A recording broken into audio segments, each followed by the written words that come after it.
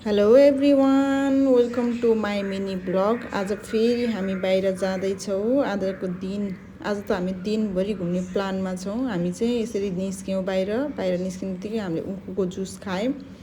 बाबालाई चाहिँ पानीपुरी खान मन लाग्यो अरे, उनीहरूले चाहिँ पानीपुरी खाऊ, उखुको जुस खाऊ न छोरो भनेको नटेरेर पानीपुरी खान्छ मामी भनेर उनीहरूले चाहिँ पानीपुरी खायौँ, हामी चाहिँ उखुको जुस खायौँ। खाइसकेपछि चाहिँ घुम्न लिएर गएको बाल भवन भन्ने ठाउँ रहेछ। बाल भवनमा लिएर गयौँ।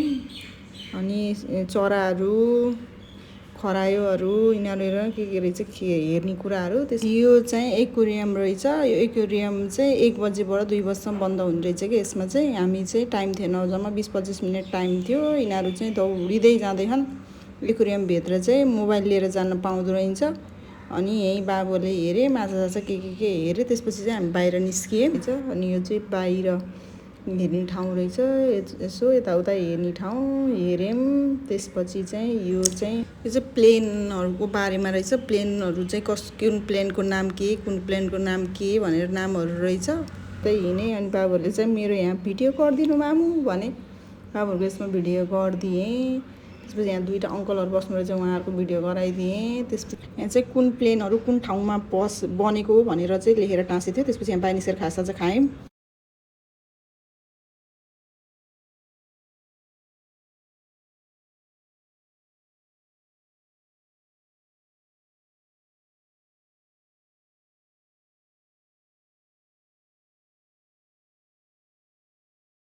अनि यहाँ चाहिँ भाइहरूले यस्तो राम्रो गीत गाएर बस्नुभयो रहेछ। यति ठुलो पानी परेको, त्यही भएर हामी चाहिँ खास यहाँ ओत लाउन गएको हो। तर यहाँ चाहिँ म्युजिक यति राम्रो गीतहरू गाएर इन्जोय गराइराख्नु भएको रहेछ। एकछिन हामी पनि बसेर इन्जोय गऱ्यौँ। त्यसपछि पानी बिसाएपछि चाहिँ हामी बाहिर निस्क्यौँ, बाहिर हेर्नको लागि पार्कमा निस्क्यौँ। अनि यहाँबाट चाहिँ यस्तो राम्रो देखिएको थियो कि भ्यू, हरियाली यस्तो राम्रो देखिएको थियो।